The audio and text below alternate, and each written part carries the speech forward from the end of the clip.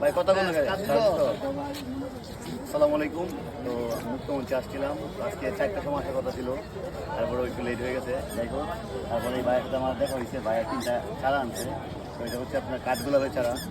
তো ভাই হচ্ছে মূলত যে দেশি বিদেশি যে ফুলের গাছগুলো আছে বা বিভিন্ন এই গাছগুলো নিয়ে কাজ করে অনলাইনে বিক্রি করে, তাই না ভাই? জি জি। আসসালামু আলাইকুম। আমার পেজের নাম রিক্কেশ্বর। তো আমার পেজের নাম রিক্কেশ্বর। আমি শিখবো নিয়ে কাজ করি, তো তার জন্য রিক্কেশ্বর নাম দিই।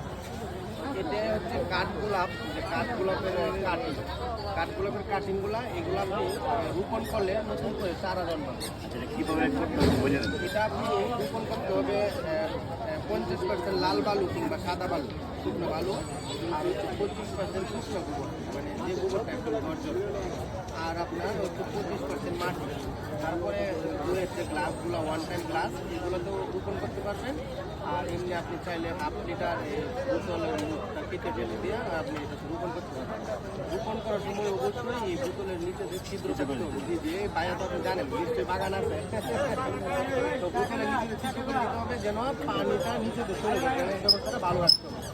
আর এই পানিগুলো